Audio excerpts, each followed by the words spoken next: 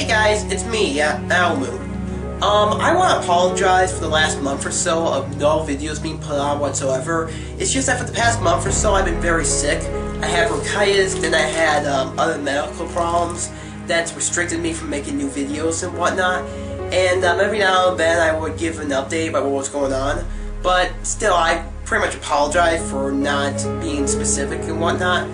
But, I want to inform you that the Halloween videos I was going to make are still going to be produced. They're just going to be on at a later time, probably most likely in January. But for now, you are definitely getting some Christmas specials, Christmas-related content, including, the one I'm showing you today. This one has nothing to do with Christmas. It was actually supposed to be in November, right, for Toy Story.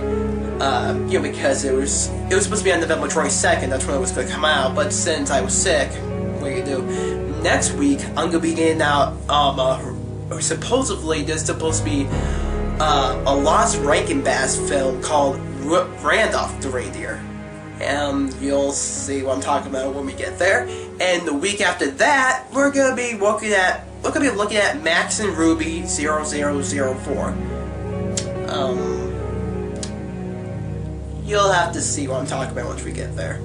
But about a week before that, or at least I'm not sure about when it's going to come out, but it may come out on Christmas Day. But there's going to be a mini Christmas special I'm making, but in the special, it's not about Creepypasta, although there is mentioned once or twice. It's going to be about some animated characters I've made over the past few years, some characters I've drawn over the past few years, and they're going to be in the special, so look forward to that. And again, I apologize for not informing you guys about what's been going on lately, and I'm sorry about the wait and whatnot, but I assure you that those new episodes will be coming out soon, and the Christmas specials are definitely coming out. There is no delay. I am definitely going to put my full effort into it, and obviously the delayed episodes, like the Halloween episodes, and the ones that are supposed to be produced in November are definitely coming out. And this includes a Jeff the Killer Creepypasta, which everyone loves, and I love too. There's also a really good SpongeBob Creepypasta I've been thinking about doing for a while. It's called spongecry.avi and spongecry2.avi, and it's actually really good. Not the first part. The first part's kind of like the cliched pasta kind of thing, like, I saw something bad on the internet or video, whatever, now I'm crazy. But the second part is definitely worth it. It's definitely, it definitely brings everything back into perspective. Well guys, I, again, apologize about the wait, but, now you got a new video coming out today, so sit back, relax, and enjoy the Black Friday incident. So over 18 years ago, Toy Story was one of the first, CGI animated films to come out. And it became a huge success. And it was followed as sequels and video games and, toys and a spin-off Halloween special that came out this year. But what people don't realize is that it had a development it kind of had like a development hell kind of situation. And, I'm not sure how to explain it, but Disney gave Pixar a really hard time on the movie. And it wasn't until the infamous Black Friday incident is when Disney decided to push away from the became and let Pixar make, create their version, to create their ideas, and which became Toy Story. It became what they always wanted it to be. But there might be a bit of a darker backstory that people may not be aware of. And that's why we have this creepypasta.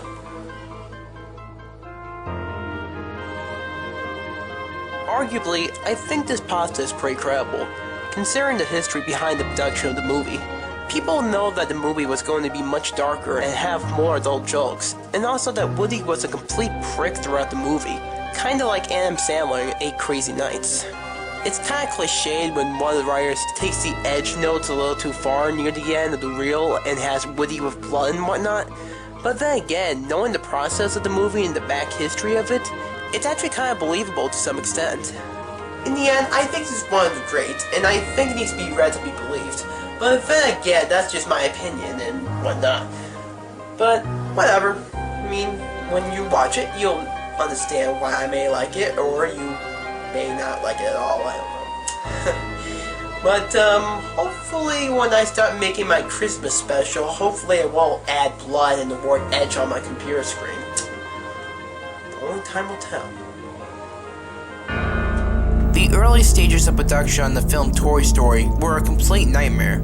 The production was in a sort of development hell until the infamous Black Friday incident. Disney harassed the then-new animation studio Pixar constantly. They were to produce and release the film, and they wanted results as quickly as possible.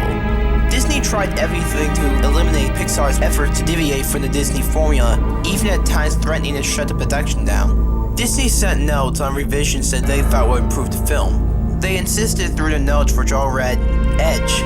The film needs more edge." The people working on the film at the time struggled so hard to maintain all Disney's notes and demands. Once a week, they were required to fly across the country to the Disney offices to present them with the progress. Every time, they were met with the same response. Edge. The film needs more edge. Pixar revised the film so hard to meet the deadlines that it resulted in some rather interesting changes. In order to achieve edge, the film became quite a lot darker.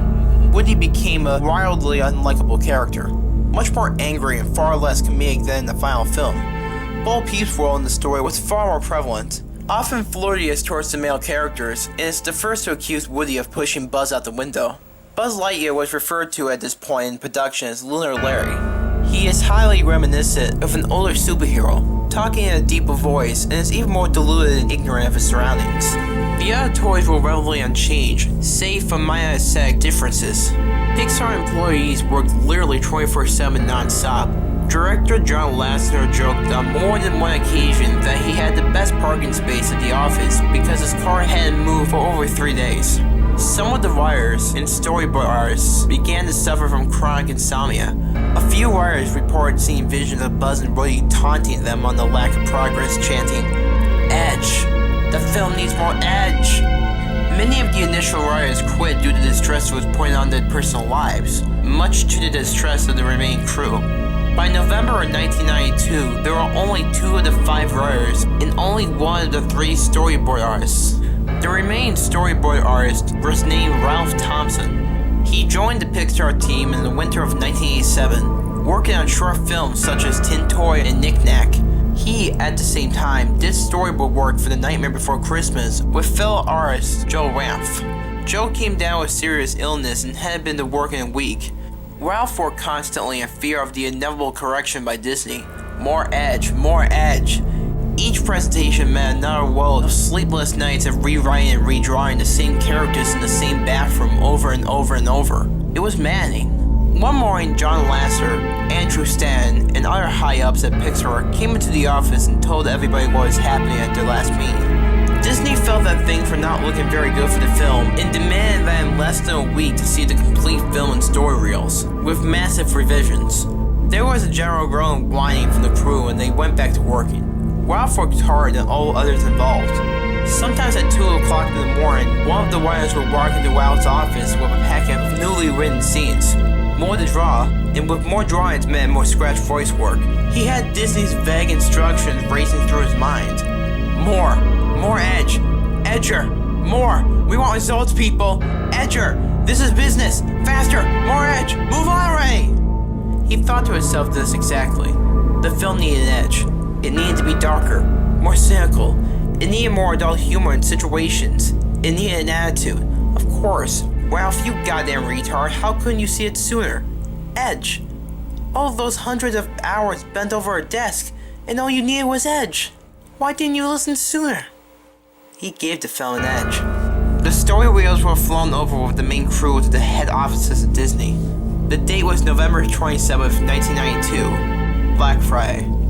The film was brought into the Disney screening room. The reel was about 48.5 minutes long. The movie started out as a Western-style shootout between Woody and Andy, resulting in Andy being shot down. It is revealed that this was just a game played inside of Andy's mind.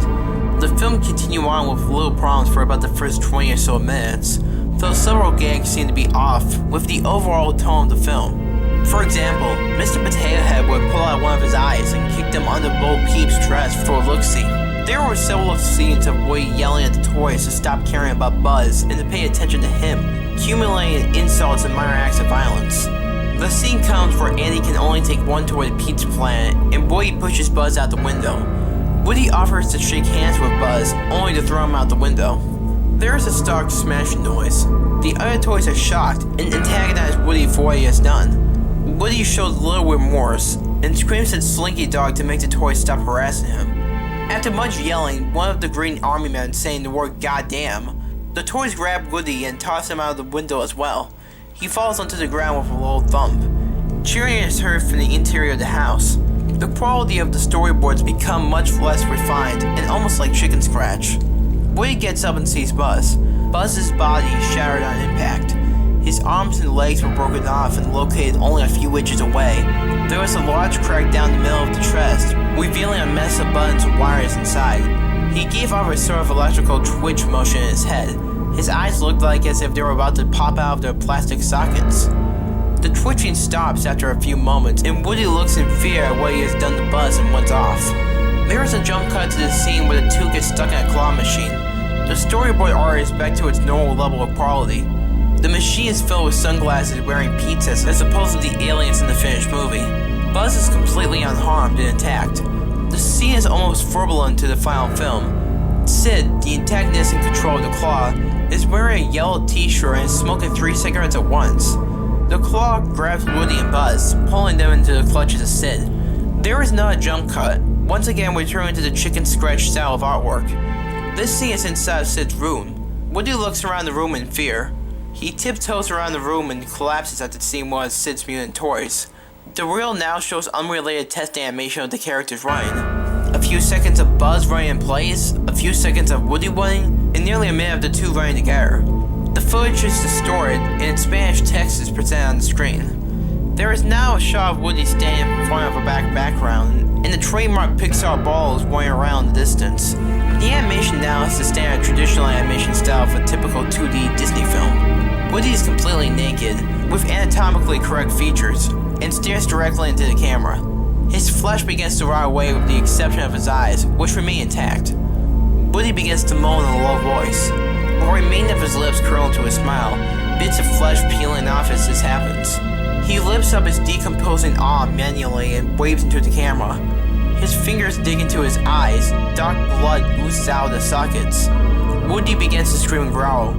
Don't you want it? Don't you want it? Don't you love it? He digs so deep as to rip the entire top of his head off. Woody gives a sigh of relief and begins eating the flesh off the skull before tossing it aside. He runs toward Edge on the screen with his wrying fingertips. The remaining 15 minutes of the reels were pencil scribbles, accompanied by the shrill screams of a young woman. The word Edge is burned into the projection screen. The screen ends in complete silence. Chairman of Disney at the time, Jeffrey Katzenberg, walked out of the screen quietly, telling his colleagues, "Notes." They were following all of the notes we were giving them. Upon returning to the Pixar offices, Wire Pete director found the body of Ralph Thompson in an enormous pile of paper in his office. Further analysis found the cause of death, that being a heart attack brought on by a lack of sleep and stress. The papers were all storyboards and animation cells of the final coherent scene of Woody. The word Edge scrolled on the back of each one. After the Black Friday screening, Disney was far less involved in the film. Pixar was given the freedom to make the film their way. The film went on to be a huge success both critically and financially. The Black Friday incident still remains very much a mystery. There is a short bonus feature on the Toy Story Blu-ray about the incident, curiously not mentioning the more notable scenes. It can also be found on YouTube for anyone who is curious to see the whitewashed history. Disney produced a short documentary to avoid discussing the incident. If you contact them about it, you will be redirected to the Blu-ray's Amazon page, if you get a response at all.